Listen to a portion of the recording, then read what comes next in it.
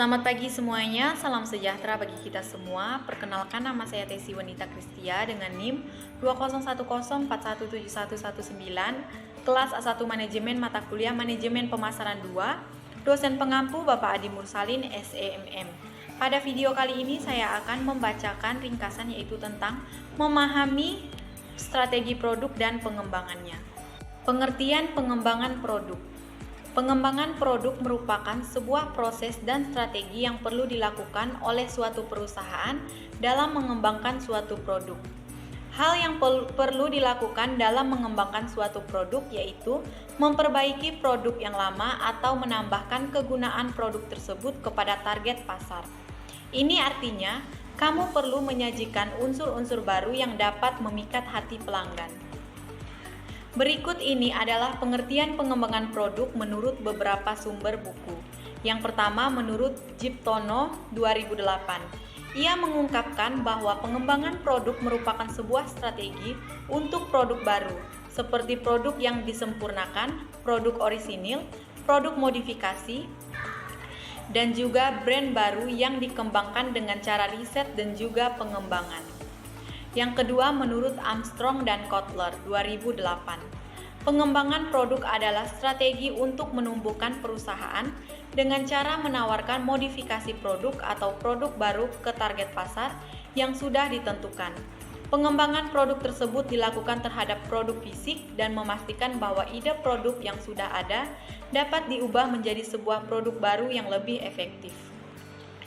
Yang ketiga menurut Sinamora 2000. Menyatakan bahwa pengembangan produk merupakan sebuah proses pencarian ide atau gagasan untuk produk baru dan mengkonversikannya ke dalam lini produk yang telah berhasil di pasaran. Pencarian produk baru ini didasarkan pada anggapan bahwa target pasar menginginkan unsur yang baru. Oleh karena itu, pengenalan produk baru dapat membantu dalam mencapai. Yang keempat, menurut Alma 2002, pengembangan produk merupakan kegiatan yang dilaksanakan oleh produsen dalam mengembangkan produk mereka, memperbaiki produk yang lama, menambahkan kegunaan produk lama, dan mengurangi biaya produksi serta biaya kemasan. Tujuan pengembangan produk. Tujuan dari adanya pengembangan produk yaitu untuk memberikan nilai yang maksimal bagi para konsumen. Sementara itu, menurut Keller dan Kotler 2008, menyatakan bahwa tujuan umum dari pengembangan produk ada dua, yaitu yang pertama untuk memenuhi kebutuhan yang baru dan memperkuat citra perusahaan sebagai investor. Tujuan tersebut dicapai dengan cara menawarkan produk yang baru dibandingkan dengan produk sebelumnya. Yang kedua, yaitu untuk mempertahankan daya saing dengan produk yang sudah ada. Hal ini dilakukan dengan cara menawarkan produk yang bisa memberikan berbagai jenis kepuasan atau kegunaan baru. Menurut Alma 2002, ada beberapa alasan yang mendasari suatu perusahaan dalam melakukan pengembangan produk antara lain. Yang pertama, untuk memenuhi kebutuhan dan keinginan konsumen. Yang kedua, menambah omset atau meningkatkan penjualan.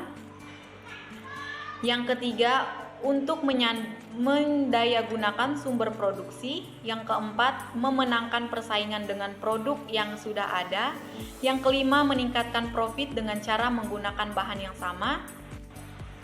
Yang keenam, mendayagunakan bahan-bahan yang masih tersisa. Yang ketujuh, mencegah konsumen merasa bosan. Dan yang kedelapan, untuk menyederhanakan kemasan produk. Strategi pengembangan produk. Yang pertama, meningkatkan produk yang sudah ada. Strategi ini dilakukan dengan cara membuat produk baru dari produk lama yang sudah ada sebelumnya, kemudian dimodifikasi dan disesuaikan dengan keinginan pasar. Selain itu, kamu juga perlu memotivasi target pasar untuk membeli produk yang sudah Anda tingkatkan. Yang kedua, meningkatkan nilai produk. Biasanya, alasan pelanggan dalam membeli sebuah produk adalah karena nilai yang akan mereka terima dari produk tersebut. Dengan begitu, perusahaan perlu memperkuat lagi nilai produk dengan cara menawarkan fitur premium, meningkatkan kualitas produk, dan juga dukungan pelanggan. Nilai tambahan yang disajikan akan menarik konsumen baru. Kemudian pelanggan yang sudah ada akan memperoleh sesuatu yang baru dari produk tersebut. Yang ketiga, percobaan. Menawarkan contoh atau sampel produk secara gratis akan membuat para pelanggan ingin membeli produk kamu. Di sini, para pelanggan tentu akan memeriksa kualitas produk dan dengan adanya sampel gratis akan membuat mereka semakin yakin untuk membeli produk versi premium. Yang keempat, spesialisasi dan sesuaikan. Kamu bisa menyesuaikan beberapa produk dan menjadikan produk tersebut lebih spesial untuk menargetkan golongan pelanggan tertentu. Bahkan, kamu juga bisa menawarkan produk yang dipersonalisasi secara relevan dengan kebutuhan dan keinginan pelanggan. Yang kelima, penawaran paket. Menawarkan sebuah paket baru tentu akan menarik perhatian para pelanggan. Kamu bisa menawarkan produk dengan berbagai paket, seperti paket bundle, diskon, dan sampel gratis untuk memilih produk yang kamu tawarkan. Paket di sini adalah sebuah penawaran yang tidak akan didapatkan oleh pelanggan lain. Terlebih jika kamu menawarkan penawaran dalam waktu terbatas, itu adalah termasuk ke dalam strategi pemasaran yang baik. Yang keenam, lini produk baru. Lini produk baru adalah pengembangan produk baru di dalam lini produk yang masih relevan dengan lini produk yang sudah ada. Yang ketujuh, mengubah gagasan atau ide. Strategi ini dilakukan dengan cara mengubah definisi dan ide produk.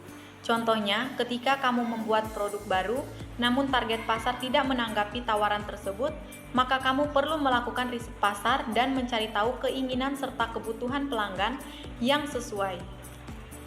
Perusahaan juga perlu memberikan ide baru untuk produk yang akan dikembangkan dan disesuaikan dengan kebutuhan pelanggan. Yang kedelapan, target pasar baru. Menjual beberapa jenis produk di pasar yang berbeda merupakan salah satu strategi dalam pengembangan produk. Jenis-jenis pengembangan produk menurut Keller dan Kotler 2008. Ada beberapa jenis strategi pengembangan produk di antaranya. Yang pertama, memperbaiki produk yang sudah ada sebelumnya. Hal ini berarti perusahaan harus menggunakan fasilitas serta teknologi yang sudah ada untuk menciptakan inovasi baru dan memperbaiki produk lama. Dengan menggunakan cara ini, perusahaan tidak akan mendapatkan risiko yang besar, sebab mereka hanya perlu melakukan perubahan secara menyeluruh. Yang kedua, memperluas lini produk dengan cara menambah item pada lini produk yang sudah ada. Kamu juga bisa menambahkan di produk yang baru. Yang ketiga, menambah produk yang sudah ada. Dalam hal ini, perusahaan perlu menambah serta memberikan variasi pada produk yang sudah ada sebelumnya. Kemudian memperluas segmen pasar dengan cara melayani berbagai jenis konsumen yang mempunyai selera yang berbeda. Yang keempat, meniru atau memodifikasi strategi kompetitor. Cara ini bisa dilakukan dengan meniru strategi dari kompetitor yang dianggap akan menguntungkan. Misalnya, tentang penetapan harga. Yang kelima, menambah lini produk. Biasanya, perusahaan akan membutuhkan dana yang cukup besar dalam proses pembuatan produk baru yang tidak berkaitan dengan produk yang sudah ada. Sebab, produk yang belum pernah dibuat dan fasilitas yang dibutuhkan dalam pembuatannya memerlukan dana yang cukup besar. Tahapan atau proses pengembangan produk. Yang pertama, menciptakan ide atau gagasan. Yang kedua, penyaringan ide atau gagasan. Yang ketiga, pengembangan serta pengujian konsep. A. Pengembangan konsep. Dalam melakukan pengembangan konsep, perusahaan harus mengembangkan ide yang telah diseleksi sebelumnya. B. Pengujian konsep. Konsep baru yang telah dikembangkan harus diuji terlebih dahulu dengan target pasar yang dituju. Yang keempat, pengembangan strategi pemasaran. Yang kelima, analisis bisnis. Yang keenam, pengembangan produk. Yang ketujuh, uji pemasaran. Dan yang kedelapan, komersialisasi. Dari video yang telah saya tonton, saya mendapat kesimpulan. Video yang pertama, Pembicara dalam video pertama adalah Gurek yang menjelaskan tentang pengembangan produk. Pengembangan produk adalah strategi untuk produk baru, meliputi produk orisinil, produk yang disempurnakan, produk yang dimodifikasi, dan merek baru yang dikembangkan melalui usaha riset dan pengembangan. Tujuannya, memenuhi kebutuhan baru dan memperkuat reputasi perusahaan, mempertahankan daya saing terhadap produk yang sudah ada. Jenis-jenisnya, menurut Kotler dan Keller, memperbaiki yang sudah ada, memperluas lini produk, menambah produk yang ada, meniru strategi pesaing, menambah lini produk. Manfaat yang saya dapatkan sesudah menonton video pembelajaran adalah mengetahui tahap-tahap pengembangan produk seperti pemunculan gagasan, penyaringan gagasan, pengembangan dan pengajian konsep, pengembangan produk pemasaran, analisis bisnis, pengembangan produk, pengujian pasar komersialisasi. Video kedua, pembicara dalam video kedua adalah Gurek, menjelaskan tentang pengembangan produk yang dilaksanakan oleh pihak pengusaha atau perusahaan supaya mampu bersaing dengan pesaing bisnisnya. Tingkatan produk merupakan dua macam barang dan jasa. Tingkatan produk, core product atau produk utama atau manfaat utama. Basic atau produk pasar, expected atau produk harapan, argumen atau produk dengan nilai lebih, potensial atau produk masa depan. Video ketiga, Quality Function Development atau penyebaran fungsi kualitas. Metode QFD adalah metode yang digunakan untuk mencari karakteristik teknis atau respon teknis dari sebuah rencana pengembangan usaha atau pengembangan produk yang kita inginkan. Apa dan bagaimana QFD? QFD adalah alat perencanaan yang digunakan untuk memenuhi kebutuhan atau harapan konsumen. Lazim diaplikasikan dalam persoalan perancangan produk, product design, REL atau Kayasa, dan productivity improvement.